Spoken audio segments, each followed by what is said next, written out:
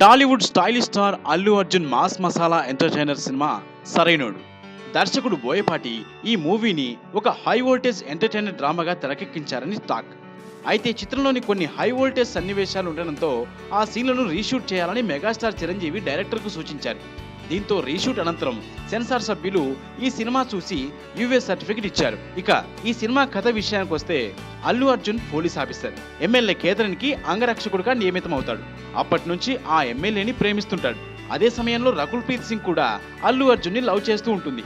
ఈ కథాంశంతో faction backdrop లో cinema full length action తో ఉంటుందని రిపోర్ట్ ఇచ్చింది సెన్సార్.